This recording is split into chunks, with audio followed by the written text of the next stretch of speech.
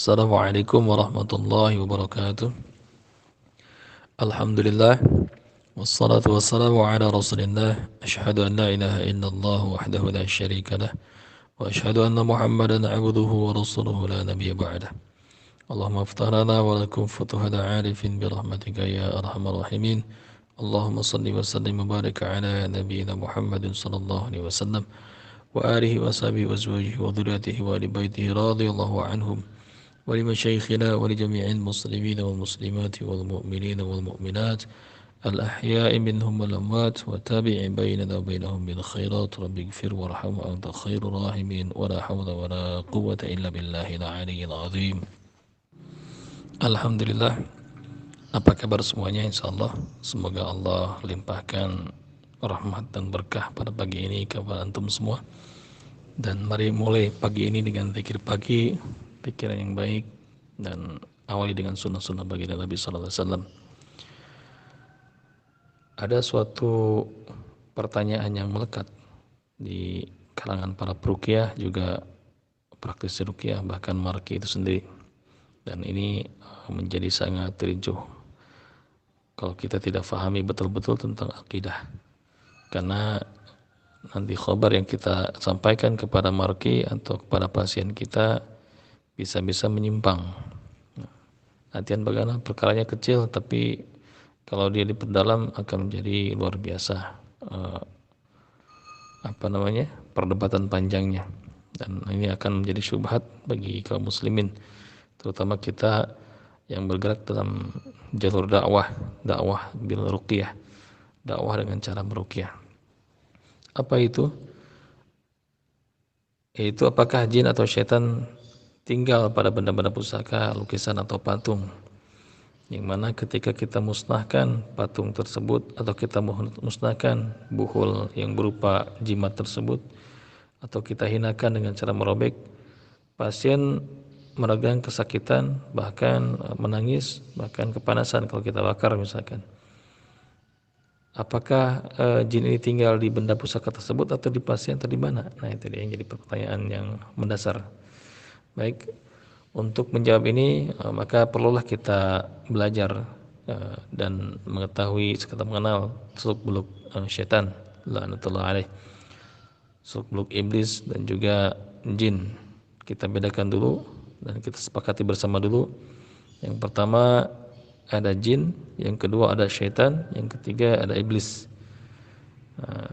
keempat ada malaikat. Semuanya makhluk Allah Subhanahu wa taala di luar basyariyah manusia seperti kita. Iblis dia golongan jin, makhluk yang dianggap soleh pada sebelum ketika Allah perintahkan dia untuk bersujud, kemudian dia menolak dan dia dilaknat oleh Allah hingga yaumil akhir. Dan jin terbagi dua nanti, ada jin yang muslim, ada jin yang kafir, artian yang tidak iman. Nah, jin yang kafir ini ya yang termasuk sifat syaitaniyah, syaitan. Jadi syaitan ini bahasa sifat. Nah, sifat mereka ada masuk ke dalam qalbun manusia dan qalbun jin. Maka dalam surat An-Nas disebutkan bahwa qul a'udzu birabbin nas, malikin nas, ilahin nas, min syarril waswasil khannas, alladzi yuwaswisu fi sudurin nas minal jinnati wan nas. Alladzi yuwaswisu fi sudurin nas, yang membisik-bisikan fi sudurin nas, di dada manusia, minal jinnati wan nas, dari golongan jin dan manusia. Syaitan dari golongan jin dan syaitan dari golongan manusia. Dan syaitan pun jin pun ada laki-laki, ada perempuan, ada peradaban. Mereka pun bekerja seperti kita, ada bagian-bagiannya. Jadi sangat wajar kalau misalkan seseorang memiliki khodam, seperti misalkan khodam penjagaan, atau misalkan khodam kebal, atau untuk asihan, sesuai tugas jinnya masing-masing. Kalau kita ambil jin yang memang jin ini mampu untuk membuat mempengaruhi banyak orang, maka dia jin pengasihan atau jin kewibawaan. Lalu misalkan untuk dibawa untuk jualan, untuk dagang, bagaimana kita merafalkan beberapa wirid misalkan yang di luar sunnah, atau kita menguasai atau berpuasa atas suatu amalan untuk menarik khodam. Ini sebetulnya bukan berarti jin ini butuh puasa kita, bukan, tapi bentuk kehambaan kita kepadanya selain kepada Allah. Itu yang mereka sukai. Sekali lagi, bentuk penghambaan kita kepada selain Allah, itu yang mereka sukai. Ketika kita ruqyah, terus dari mulai muqaddimah sampai ayat ruqyahnya kita bacakan, kemudian reaksinya itu bergetar hebat, dan kita arahkan dan kita tempelkan telapak tangan kita di perut mereka, perintahkan semua jin yang ada dalam tubuh pasien ini, ukhruji adullah, keluar, berkumpul di perut, naik ke dada dan naik ke batang leher. Biasanya tertarik dan dia tertahan di leher, surut keluar. Nah, ini yang jadi masalah. Kenapa sampai tertahan di leher? Nah, sebaiknya kita hentikan ruqyah dan tanyakan kepada pasien kita, apakah saudara punya benda yang dianggap keramat atau dianggap pusaka, atau misalkan jimat-jimat atau isim dan lain sebagainya. Nah, kalau misalkan iya, hadirkan dan kita hinakan terlebih dahulu, hinakan jimat tersebut. Misal kita injak, kecuali di sana ada lafaz Allah, wallahu alamnya, karena memang jarang-jarang lafaz Allah, itu hanya talbis biasanya. Ya, kalau kita buka lembaran-lembaran jimat, lembaran-lembaran ikatan-ikatan seperti misalkan aufak dan sebagainya, biasanya di dalamnya ada lafaz-lafaz yang seperti dari Quran, tapi itu hanya talbis. Nah, misalkan kita lihat ada lafaz Allah atau Asmaul Husna di sana, maka jangan diinjak. Kita cukup robekkan atau kita bakar. Nah, biasanya kalau kita bakar, ini pasien mengerang kepanasan atau menangis jari-jarinya. Nah, ini indikasi bahwa jin ini tidak tinggal di jimat ini. Ini hanya penyambung. Atau kita pecahkan foto-foto yang tergantung di dinding, atau kita robek misalkan. Mereka menangis biasanya. Si jin yang ada dalam tubuh pasien seperti menangis. Ini menandakan bahwa mereka tidak tinggal di sana. Awas, hati-hati. Kadang-kadang syaitan pun atau jin pun mampu mempengaruhi peruqyah. Dia bilang misalkan, ampun, jangan pecahkan, saya sudah lama tinggal di sini, saya sudah lama berdiam di patung itu, di jimat ini. Nah, itu dia. Atau saya penghuni keris ini, atau saya penghuni batu akik ini, atau saya penghuni. Nah, itu bahasa penghuni. Nah, kalau kita definisikan atau kita tafsirkan bahwa jin itu tinggal di dalam batu akik atau misalkan di lukisan, berarti jin ini kecil dan sangat mungkin dimasukkan ke dalam botol. Nah, ini nyambung nanti.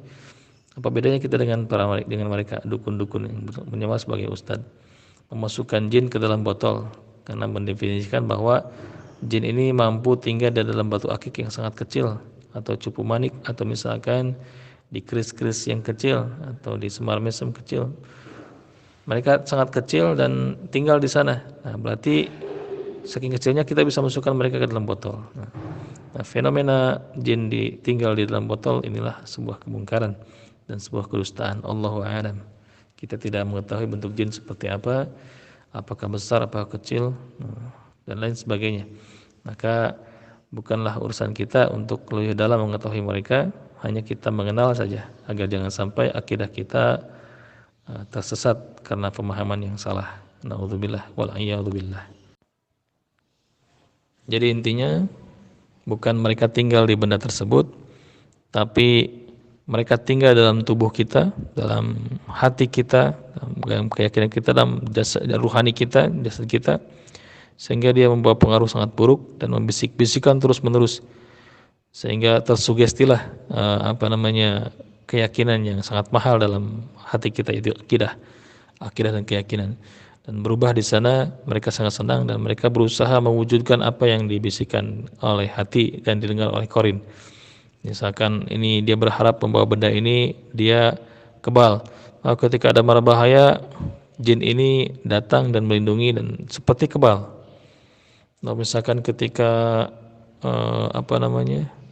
dibawa untuk berdagang, misalkan di pasar atau dimanapun, benda dibawa, maka jin yang ada dalam dirinya ini menjadi jin marketing lah, seperti itu. Bagaimana dia mempengaruhi korin-korin atau hati-hati yang satu apalagi misalkan banyak kalangan jin, orang-orang yang memiliki jin khodam atau misalnya korin membisik-bisikan sampai korin membisikkan lagi, sehingga cenderung orang-orang untuk membeli barang dagangan yang dia jajakan. Nah, seperti itu. Jadi bukan berarti jin tinggal di dalam benda pusaka atau foto dan sebagainya, tapi cenderung mereka mengijabah, dan keyakinan hati kita yang berubah itu mereka yang mereka incar dan mereka incar selama ini. Dan ingat ikhwah, mereka mereka tidak butuh amalan kita, mereka tidak butuh bacaan wirid kita, mereka tidak butuh pemanggil-pemanggil khodam atau ritual-ritual pemanggil mereka.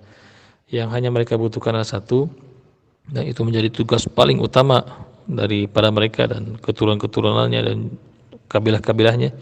Apa itu? Aqidah, iman.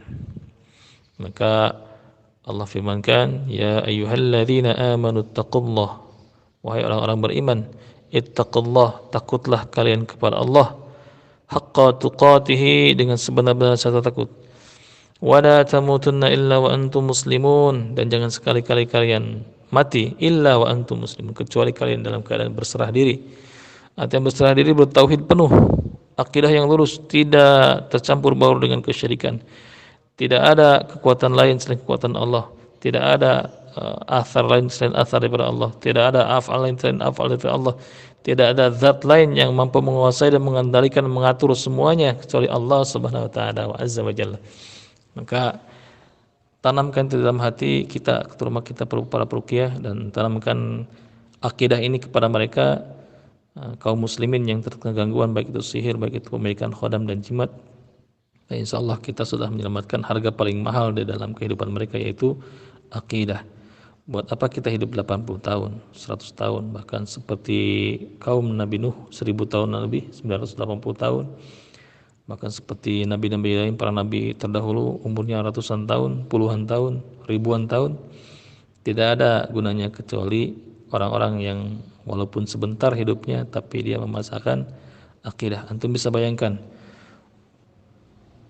para penyihir yang di zaman Fir'aun, ketika yang 80 orang itu, ketika disuruh oleh Fir'aun untuk menyerang Musa dan Harun, tapi mereka melemparkan tali dan tongkat kemudian menjadi ular. Itu banyak tipu daya sihir. Kemudian Nabi Musa alaihissalam melemparkan tongkatnya, dan inilah yang disebut dengan oleh mereka disebut as-sihrul mubin, sihir yang nyata. Padahal itu bukan sihir, itulah hakikat yang sebenarnya. Sedangkan tali-tali dan tongkat yang dilemparkan oleh penyihir Fir'aun itulah sihir, tipu daya. Dan semuanya bersujud. Qalu saharitu sajidin, qalu amana bi rabbi Musa wa Harun. Mereka bersujud dan mereka beriman kepada, mereka berkata qalu amana bi rabbi Musa wa Harun, kami beriman kepada Tuhannya Musa dan Harun. Dan seketika itu Fir'aun marah dan mengancam, bahkan memvonis mereka untuk mensalib mereka di pohon kurma dengan bersilangan, kaki kanan dengan tangan kiri, seperti itu. Maka dibunuhlah mereka semuanya, 80 orang. Anda bisa bayangkan selama hidup mereka, ada yang tua, mungkin ada yang muda, para penyihir ini dalam kesesatan, yaitu para pelaku sihir yang disebut dengan dosa-dosa besar adalah pelaku sihir ini. Termasuk 10 perkara yang membinasakan atau dosa besar ini, 7 perkara yang membinasakan, dan termasuk 10 perkara dosa besar, yaitu sihir. Mereka hanya beriman sebentar saja. Anda bisa bayangkan ketika mereka bersujud melihat mukjizat yang Allah anugerahkan kepada Nabi Allah Musa alaihissalam, kemudian mereka seketika itu beriman dan berkata qalu amanna bi rabbi Musa wa Harun. Sekarang kami beriman kepada Tuhannya Musa dan Harun. Mereka langsung salah, mungkin tidak ada jenjang, tidak ada senggang untuk beribadah, tapi mereka langsung beriman. Itulah harga akidah. Walaupun sebentar, tapi berbobot di hadapan Allah Subhanahu wa taala. Maka pertahankan iman ini, pertahankan akidah ini hingga kita dijemput ajal. Insyaallah kita kembali dalam keadaan selamat. Barakallahu fikum. Baik, sekian kajiannya, insyaallah kita lanjutkan di esok hari. Wallahu a'lam bissawab.